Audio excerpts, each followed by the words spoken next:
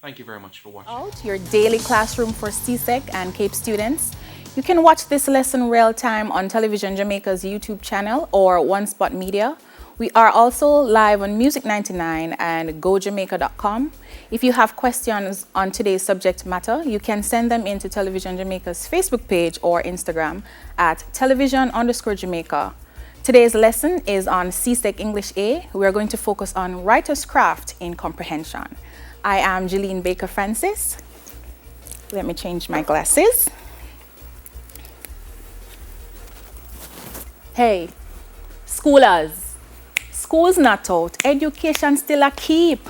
Nobody tell me about you give up and asleep. Come take a look on your TV screen. Ready for learn, let me show you what I mean. So grab your book, grab your pen, text your friend. Time to get hype about learning again. Today we are going to learn about comprehension, writer's craft, tone and diction. By class finish, I hope you fully understand. So keep watching, make we execute a plan. Nobody worry about the distance thing, cause to life stable your best you have to bring, cause excellence is still the ultimate. So make we do this to the utmost best. Hey, school's not out, education still a keep. Nobody tell me about you tired and asleep. Today we are going to look on comprehension. Fischel don't CSEC exam. Fischel don't CSEC exam. Okay, students, as was mentioned earlier, today we're going to be looking at the writer's craft in comprehension. And as you know, this year, CSEC comprehension is 35 marks, and it is section B of the multiple choice examination. Also want to remind you that this comprehension is sectioned into poems and passages, and sometimes you'll get diagrams and so on to look at. And so I want to prepare you for that. So today we're going to be focusing on just a few of these objectives here. They were taken from the English syllabus from the May to June 2018 examination, and we have further broken them down so that we can focus on some aspects of each today. So the first one, we're going to be focusing on the writer's craft to include tone, diction, and purpose. And then we're going to be doing some practice. And finally, I will give you a comprehension exercise to test what you have learned. Okay, so let's get straight into class. Okay, so the writer's craft refers to anything done on purpose to make the author's writing appear or sound a particular way. The craft is therefore the art of writing. And some of these include features of language such as tone, diction, purpose, audience, style, mood, and the list goes on. But as I said earlier, today we're going to be focusing on tone, diction, and purpose. All right, so let's start with tone.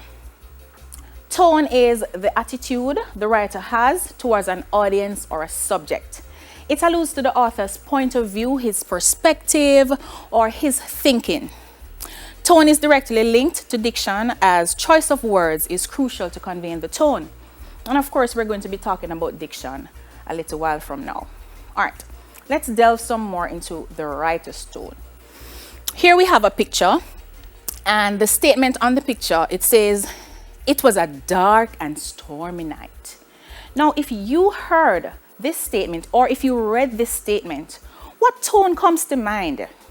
Now, if you thought you heard something that was fun, or you heard something that was neutral, then maybe you need to check again, because this tone actually reflects somewhat of a mystery, and usually it can be seen at the beginning or it is a part of a story. Let's look at another one. This one says, "May I ask who's calling?" If you guessed that this tone was a neutral tone or a sarcastic tone, then maybe not. But if you guessed that it was quizzical or somewhat curious, something that maybe your mother would say, then you're definitely thinking on the right path. Let's look at another one. "I was very frightened." Now, what does this tone reflect to your mind? By now, I hope all my students are up with their books in their hand and are ready to do some work. If you suggested that this tone sounds a little bit sad, or it sounds a little bit scary, or a little bit frightening, then you would be definitely thinking on the right path. But the best answer in this instance would to think that this is a frightening statement, especially since we have the word frightened there. What about this one? It says, wow, another field trip. What a cool school year. Now in this tone, it is definitely laced with something, and it's not neutral. It is definitely laced with, if you're guessing sarcasm, you are definitely correct. Let us now examine a question relating to tone. When we look at a passage or a poem or a comprehension piece, the first thing we want to start thinking is, does it have a sarcastic tone? Is the tone neutral? Does it arouse emotions such as anger, fear, happiness, excitement? Am I anxious when I read this passage? And those are some of the things you consider. All right, so we're going to be taking a short break. And then when we come back, we continue by examining this chart here to show some negative and positive tones. We take a break and head over to Lotto. School's Not Out. We'll be right back.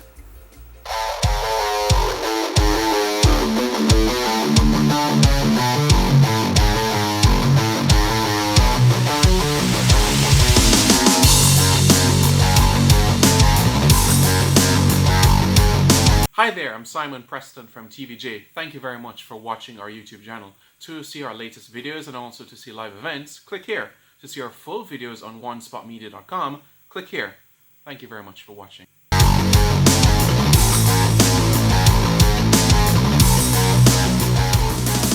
Welcome back to School's Not Out, your daily classroom for CSEC and CAPE subjects. Today we have been discussing CSEC English A, Writer's Craft in Comprehension. Let us continue. So, before we went to the break, we looked at positive and negative tones. And of course, some of these words should be familiar, but if there are any words there that are foreign to you, feel free to look it up, learn to spell it, learn the part of speech, and use it in a sentence. And my students should be able to repeat that because it's something that we always stress. All right, let's look at the word nostalgic. It is referred to as a positive tone. And when I think of the word nostalgic, the first thing that comes to my mind is places and food, especially that I used to have when I was younger. And so a nice way that you may see this word presented in a piece where this tone comes out is when they refer to, maybe you talk about the pudding that your grandma used to make that you no longer get, or something of the sort. Whimsical, also a positive tone. And when I think of whimsical, immediately I think of my dog Bash, because he's always playing and just amusing. And so you can pick up on a tone of that nature. Let's look at some negative tones. Let's look at the word pedantic. Pedantic is just a fancy way of talking about someone who dwells on minor details, somebody who is very particular. I have a friend who is like that, and she tends to overstress things that are minor. So you may pick up that, and it is referred to as a negative tone. Let's look at the word pompous. Not such a positive word. And this word alludes to someone who is overly confident or thinks they are superior to others or so. And so, ladies and gentlemen, boys and girls, all my students from the McGrath High School and the ones at the New Life Tabernacle that are watching, and the entire Jamaica, these are some tones that you can pick up on in writing. Let us now look at a question relating to tone. The people have spoken and we need justice. What tone is used in this statement? Now, as a student who is preparing for CSEC examination, you already know about the strategy of elimination. So the first thing you're going to do is look at your answers. We see the word critical. Is it critical? Is it anger? Do you see the tone being serious, or is it neutral? Now, our knowledge of the word neutral tells us that this is definitely not the answer, and so we can go ahead and strike that one out. Is it serious? Does the person sound angry? Is it critical? And so we narrow down to say maybe not so much critical, and so we are here. Anger or serious? Is it angry, or is the person more serious? And so I will settle with serious, because this person sounds as though they need answers. And so the tone here would definitely show seriousness. Let us now look at this very short passage. It's called Peter Panicked, and it was taken from the 2014 CSEC English examination. Let us have a read. Peter panicked. There was nothing he could do. He was trapped with hundreds of others. The monster had come and was slowly, surely dragging them from the deep.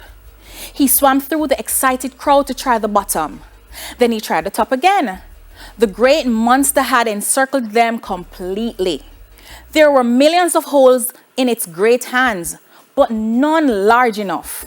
If only they were a little larger. Now, let us look at some questions relating to this passage. What is the writer's tone in the passage, Peter panicked? And of course, I'm going to give you a second to look at the passage. It's also on the screen. Would we say this is a tone that reflects happiness? Did he sound happy? I think not. Was he anxious? Let us think about that some more. Was he surprised? Or was he more in a reflective manner? I think he was not reflective. And so we can zero in on anxiety or surprise. Was he anxious or was he surprised? I would say he was more anxious, and so anxiety at B would be our best answer there.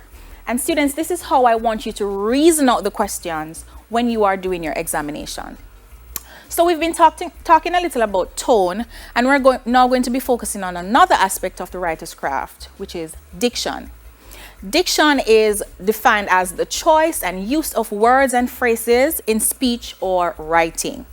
It is referred to as the centerpiece of a writer's craft, as it helps to determine the tone, purpose, and its audience.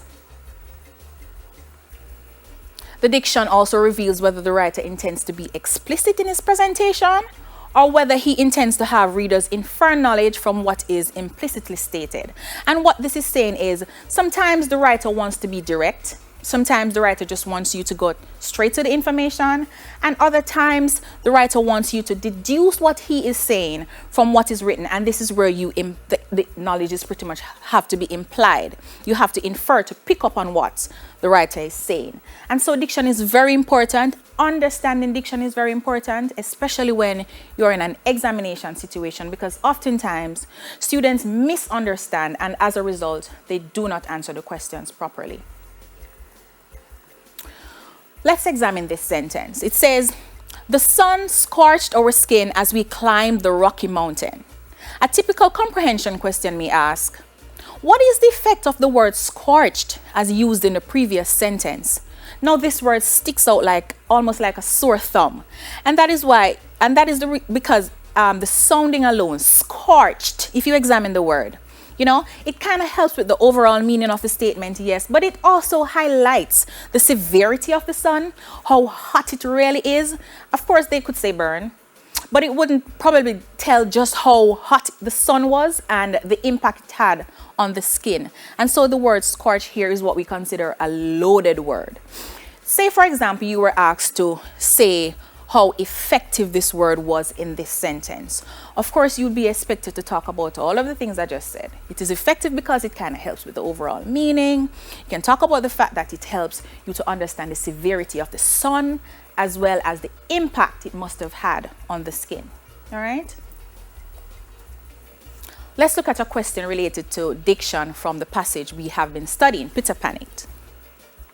What effect is the author trying to create by using short sentences at the beginning of the passage? Now say then you don't know what I'm talking about. Peter panicked, that's short. There was nothing he could do. He was trapped with hundreds of others. Those are very short. And now they ask, what effect does this create? Does it create interest? Does it stimulate critical thinking? Does it make the reader curious, or does it create suspense? Now, I don't know about you, but when I saw Peter panicked at the front, immediately I sat up. And so if you're thinking that it creates suspense, then you're definitely thinking on the right path. the great monster had encircled them completely. Who do you think the great monster is that encircled them? And of course, this is a typical question that follows this passage. Unfortunately, oftentimes students say things like, it's probably a man, or it's probably, you know, a bigger shark or so. Unfortunately, they misinterpret the point that is being made here, because this is a prime example of when information is presented that is not explicitly stated. Instead, it is subtly and you stated, and you have to infer knowledge to pick up on what is being asked of you. It is a metaphoric statement, great monster, and that is simply because there is no monster really. They are alluding to something else. What do you think this monster is? If it was implied that this monster was the fishing net, that is what you got, then you are definitely thinking correctly. Remember, it's referred to as the great monster, and they said it encircled them. And of course, in your mind's eye, you should already be visualizing how the net must have been over the fishes. Okay? All right, so we have been talking about diction, and now we're going to be touching on the writer's purpose. What is the writer's purpose, you may ask? How do readers determine the writer's purpose? The writer's purpose is referred to as the reader's ability to know why the writer wrote. And in simple terms, to know what the reader is saying and why he said it. Okay? Oftentimes, when students don't understand the purpose of the writer, what the writer intends to put out there, then the entire comprehension is ruined, as in they don't know how to answer the questions because they don't understand. The writer's craft is demonstrated through types of writing, writing technique, and literary devices in the writer's purpose. And of course, we're going to be exploring what these are. Let us examine the pie strategy first. Now it says, what's the author's purpose? It's as easy as pie. The P is to persuade or to convince the reader of a certain point. I is to inform, to teach or give information to the reader. Entertain, to hold the attention of the reader through enjoyment. And there we have our pie. Now, my question to my CSEC students is, what type of writing do you think you would need to know in order to persuade, inform, and entertain? Let's look at persuade first. To persuade would be, okay, so to persuade is to convince, we already know that, and it says it is used in persuasive writing. Now, oftentimes my students think that persuasive writing, okay, it's an essay for sure. But I want you to remember, students, that the persuasive writing may be presented in the form of an advertisement or an essay or a letter to the editor, all right? And those are still persuasive in nature. Let us look at this one. If you are thinking that to inform means to write an expository piece, then you are definitely thinking on the right path. Unfortunately, students also don't know the different forms in which expository writing takes, and so they assume that it's only an essay. Remember, ladies and gentlemen, that the expository writing may come in the form of a summary or a report or a letter, a diagram, a pie chart, or a brochure. And finally, if the writing is to entertain, then it's definitely narrative writing. And if you see story writing, don't panic, it's the same thing. It is either referred to as a story or a narrative, and it means pretty much the same thing. And these may come in the form of fiction or non-fiction stories. And like I said earlier, the purpose is to entertain. All right, let's look at a question relating to purpose from Peter Panic. It says, what is the type of writing used in the passage Peter Panic? Now, we already read the passage, but it's still there to keep it fresh in your minds. Was it persuasive in nature? Did you see where you were being convinced of anything? Was it a narrative? Was there room for enjoyment? Did you enjoy it? Was it descriptive in nature? Was it a nice descriptive essay that you read? Or was it expository in nature? Did it have factual information and opinions and so on? And this is how I want you to reason the question, students. I would say it was more of a narrative, because although we were a little bit tense, and I'm sure you were worried about Peter like I was, we did enjoy the piece. And so it falls nicely under narrative writing. Let us now look at some writing techniques that are used to bring out the writer's craft. Of course, we know repetition. It's the act of repeating. But I want you to remember, students, that oftentimes you expect to see the same exact words. Remember, sometimes a synonym may be used, a word that is similar, but it has the same meaning. It is still a repetition, okay? Rhetorical questioning. And of course, this one is very much, almost all the time, it's present in persuasive pieces. Italics, bolds, emotive language, colloquial language, and foreshadowing.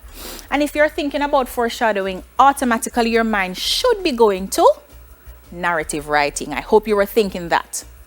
All right, and these are some of the techniques that are used in writing.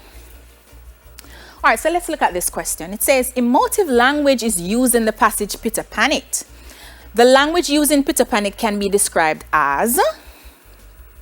Now, of course, prior knowledge of these terms will definitely help you to answer this question as easy as pie. Desperation, freedom, happiness, remorse. Let's start from the bottom. Did we see remorse? Was anyone remorseful in this passage? Not so much. Did we see happiness? We can definitely strike that one out. Did we see freedom? Did Peter end up being free at this point? No. And so the best answer here would be desperation. And we saw it in the passage. Who was desperate, you may ask? Peter was desperate. We also can find literary devices in a part of the writer's craft. And some of the popular ones are the metaphor, the oxymoron, the alliteration, simile, onomatopoeia, assonance, hyperbole, and the list goes on. All right? Now, students, the only way you'll be able to effectively answer questions in the examination about literary devices is prior knowledge. And so I encourage you to study these. And if you have, or if you use the comprehensive English course at your school, all of these are at the back and the definitions are there. Study them. All right, it says, identify the literary device used in the following sentence. Peter panicked. Was it an oxymoron? Was it a simile? Was it an alliteration? Or was it assonance? Immediately, knowledge of alliteration will tell you, aha! Because teacher would have said, of course, when you hear or see a resounding sound in the first letter or the first consonant, then you know it's alliteration. And so this fits nicely because of the p. Peter panicked. And so it must be an alliteration. All right, so we have been looking at diction, purpose, and tone. We know that these features are interconnected, and by that I mean there is not going to be any amount of separation in the comprehension, passage, or poem, right? So you have to look for these things collectively. I also want to encourage you students to become familiar with these concepts. Know how to identify them in questions, in the passage, because knowledge of this will definitely help you to do well on your examination. And of course, we have a nice diagram showing just how interconnected they are. So when you think of diction, you think of the tone that it is connected to and the purpose is connected to, because they're all intertwined to ensure that the writer's craft is rich and nice. All right, so this is quite a passage. It was also taken from a past paper. I think it was 2008. And so we're going to go have a read. Music too loud? I can't study. The editor. I just can't take it anymore. I just can't take the noise forced on me by a restaurant and bar located across the street. The noise is unbearable and I cannot concentrate on my studies. I am writing the CSEC exams in May-June this year and I must pass all my subjects. I am attending a reputable girls' school and I want to make good grades to get into the CAPE class. I work hard and every report so far indicates that I am an above average student. I want to make my mother proud. She is a hard-working woman especially since my father passed away 2 years ago. We have been struggling to make ends meet without complaint. But now I must complain. Now, because the restaurant and bar is intent on frustrating my ambitions and the sacrifices my mother is making. I appreciate the help of the government in providing opportunities for education. But this is going to be futile unless it is possible to take full advantage of them. Can you imagine having to struggle with a math problem with thunderous noise bombarding your eardrums and everything in the house jumping up and down as if the place is haunted? Can you imagine speaking to a classmate about homework and you can't hear each other? Can you imagine stuffing cotton in your ears in order to get some sleep? Can you imagine trying to explain to your teacher that you didn't do your homework or that you sleep in class because of the noise coming from the restaurant and bar? The noise coming from this place is a serious obstacle that I am unable to overcome, and I am seeking help in dealing with it.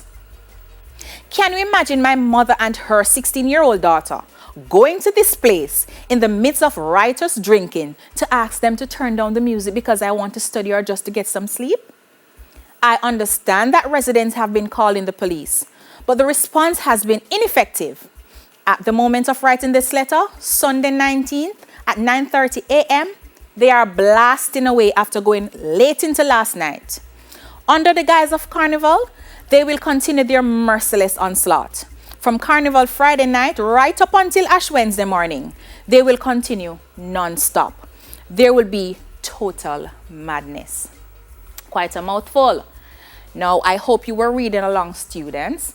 Let us now look at some questions that follow. And of course, these questions are in line with what we have been studying so far. Remember, we looked at the tone, we looked at the diction, and we looked at the writer's purpose to include types of writing, techniques used in writing, the language used in writing. All right, so let's look at the first one. It says, I can't take it anymore in line 1.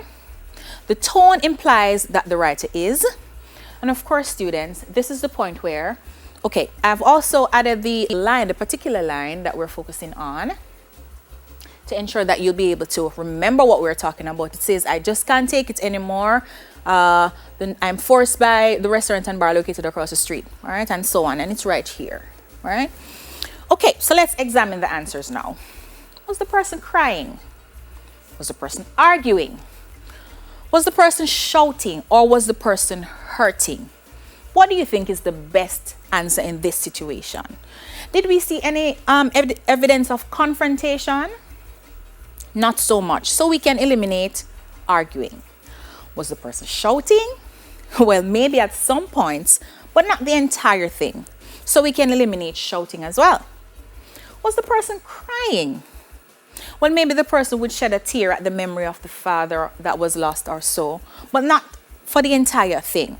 And so the best answer here would be hurting. I hope you chose hurting. All right. Let's look at another one. The effect that is created by the repetition of I in the first paragraph can be best described as highlighting the writers. And of course, this question is directly linked to diction. Very good. If you thought that, then you are definitely thinking correctly. Remember, we said that repetition is a technique used, and the word I was definitely visible in the paragraph. Let's look at it. I just can't take it. I cannot concentrate. I am writing, I am attending, and so on. Okay, did we see the person's view coming out? Did we see frustration coming out? Did we see the person protesting, or did we see the person's voice? Which answer do you think would be the best one for this situation? If you said you saw the person's view coming out, then you are definitely doing the right thing. All right? The word I there suggests personal, me, my point, my hurt, right? And so it would definitely be showing the person's view. Let's look at number 3. Which of the following language devices does the writer use most in the paragraph 2 to explain her plight? Now, if you notice, the word most is in bold. And that is not just for decorational purposes. It's to ensure that you remember that if you see a little toops of it in anything else, not the right answer. It says most. All right, so let's look at the answer. Is it a pun? Is it repetition? Do you see rhetorical questions? Is it contrasting? Let's look at the passage again. And I hope you can see it clearly from home. But again, prior knowledge would tell you that closer to the end of the passage, there are a lot of questions, and these are referred to as rhetorical questions. And so, of course, the best answer there, the one that the writer used the most, would be rhetorical question at C. Okay? Let us move on to number 4. Jumping up and down as if the place is haunted. Line 12 is an example of which of the following device? Let's look at the line a little more. The line was in reference to something. It says, can you imagine having to struggle with a math problem with thunderous noise bombarding our eardrum and everything in the house jumping up and down as if the place is haunted? What is being referred to as jumping up and down? Again, prior knowledge of your literary devices would tell you, aha, who jump up and down again? People. But music boxes are not people. Oh, so then, in this instance, human-like characteristics are being given to something that is definitely not human, the speaker box. And so if you thought personification, then you are definitely thinking correctly, because we know that speaker box cannot jump. Very good job if you got that one correct. Let's look at number 5. The type of writing in this piece can be best described as, was it an expository piece? Was it persuasive in nature? Was it a nice story, narrative, or was it descriptive? Again, prior knowledge of these will definitely tell you what to look for. So let's examine expository. Did we see a lot of information presented, factual information, maybe some opinion, a little, somewhat? But let's look at B, persuasive. We already know that persuasive writing may come in the form of advertisements, they may come in the form of letters to the editor, or they may come in the form of essays. What did we examine earlier? Let's look again. Sorry. Okay, so we're not looking at the passage again, but we remember. All right, so what did we look at? What was it trying to do? If you're thinking, yes, man, that person was trying to convince us of something, then you're definitely thinking correctly. And because somebody was trying to convince us of something, we know that the best answer there would have to be persuasive, because it's in this form of writing that we try to persuade or convince somebody of something. All right, and so our best answer there would be persuasive. Let's look at number 6. And this is the final one. What is the writer's intention in the passage being studied? Now, when you see the word intention, students, do not panic. Intention is just another way of CSEC, for CSEC to ask you the writer's purpose. Okay? So you may see another word other than for purpose. You may see intention. You may see aim. You may see objective. It's the same thing. Okay? So, what is the writer's intention in the passage being studied? Did the writer want to inform us of something? Were we being given information? Was the writer trying to persuade us? Was the writer trying to entertain us? Or was the writer trying to describe something to us? Of course, the best answer there would be to persuade us, for us to understand her plight, and of course, for action to be taken. All right, boys and girls, ladies and gentlemen, we are at the end of the quiz. But before we go, I want to take some time to focus on something else that students often forget when they're doing their examination. Now, it's good and nice to, yes, I know the answer and so on. But sometimes with the best of intentions, we go into the examination and we forget some very minor things and we wind up losing focus and we fail the examination. Now, remember that the multiple choice is split in 2 sections, section A and section B. And comprehension is where section B would be. And it's the bulk of the questions. It's 35 questions out of the 60. And as such, you have to be able to do well in this section. All right. And so I want to leave you with some tips to ensure that you do well in your examination and you not fail because of these things. All right. So let's look at them. Number one, I want you to remember to read the instructions carefully to ensure that you understand what you are being asked to do. Not what you think you are to do or what you have in mind that they may ask you. No, read the instructions properly. All right. Then read the passage or poem or diagram twice, at least twice. If you are a fast reader and after the first to read you think, well, maybe I'm a little bit gray in some areas, read it again. Okay. Time yourselves properly. Next, I want you to look at the questions, but only after reading the passage. Do not approach the questions first. Okay. Next, I want you to pay attention to details, especially words in bold. Students, when the words are in bold, it's not for decorational purposes. They are intentional in doing so. And some of these words may be not, except, best. Sometimes you see the word both as well, most, as we saw earlier in one of our questions. Or options such as all of the above and none of the above. All right. Also zoom in on questions that ask you to pick two. So like B and C or A and D, you know, questions of that nature. Pay attention and say then you thought you had the right answer and you chose something. But further down you saw something like all of the above or none of the above. Check and recheck. All right. Try to answer the question before looking at the points. I can't stress that enough. So you make sure that you read the question first, right? If you're sure of the answer, I know this, bread and butter, select it and move on. If you're not sure of the answer, then move on to return later. Notice I said return later, and I'll tell you why in a few. Eliminate through reasoning to narrow down choices. And I'm sure you saw us doing a lot of that earlier. So, okay, let's reason. Of course, the paper is not a physical person, but you reason. All right, so it definitely is not this. But it could be this or this. Let me go back to the passage to look at what this says again. And then we can say, it's definitely not this. And so you narrow down until you're closer to your answers. All right. Number 9. Turn true or false questions into statements and then select the one that is true and then you'll find your answer. It's a simple hack that I learned late in life. Number 10, never leave a question blank. Always give an answer. There is a 25% chance it may be correct. No, I'm no mathematician, but I would prefer to have a 25% chance than nothing at all. And so I can't stress enough, students, remember, do not leave any multiple choice questions blank. If worst come to worst, and I do mean worst, guess.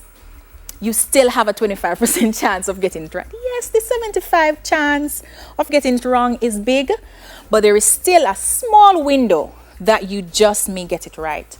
Now, before I go, I want to send a special shout out to the McGrath High family. That is my school in Linstead, St. Catherine. I trust that all my students were watching and that this session was useful. Before we go, just want to recap quickly. Today we looked at the writer's craft. We looked at purpose, tone, diction. We talk about how they are all intertwined to make the writer's presentation rich. And of course, with knowledge of this, when you understand what the writer is saying, what the writer included, whether the information is implied or it is explicitly stated, then you are well on your way. Comprehension is doable. It is nothing to be feared. You can pass and you can do well. All you have to do is, first of all, make sure that you understand the information that is presented, what it wants from you, and then you are well on your way. Also, students, remember that after you look at the comprehension passage and you understand it, don't start just, flying through the questions. Make sure that you still read the questions. And I have a strategy that I use, I should have mentioned earlier. Go back to the passage or the comprehension piece as many times as you want to. It's there. So you're kind of sure, but you're not sure. Then still just go ahead and check and double check and triple check to ensure that you have the best answer. When you are finished, go back through your paper to recheck your answers. Make sure that what you present at the end of the examination is your best attempt. Good luck to all the students. I do hope that you are ready because time is winding down. Do your best. And above all, remember to pray. I have to include that. Thank you for watching. I do hope that you enjoy the presentation and that you learned something positive today. Be blessed. That's all for today for CSEC English A Writer's Craft in Comprehension. I hope you grasped most of the concepts discussed. You can catch a repeat of today's lesson on JNN today at 4 p.m. and in the Schools Not Out highlights on Saturday between 1 and 4 p.m. right here on TVJ. It also will be on video on demand and One Spot Media. Until next time, I am Julien Baker Francis. Caribbean Studies is coming up next.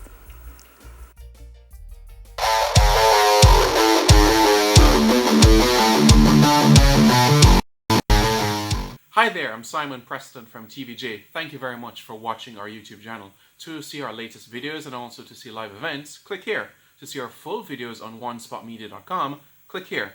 Thank you very much for watching. Hi there, I'm Simon Preston from TVJ. Thank you very much for watching our YouTube channel. To see our latest videos and also to see live events, click here. To see our full videos on onespotmedia.com,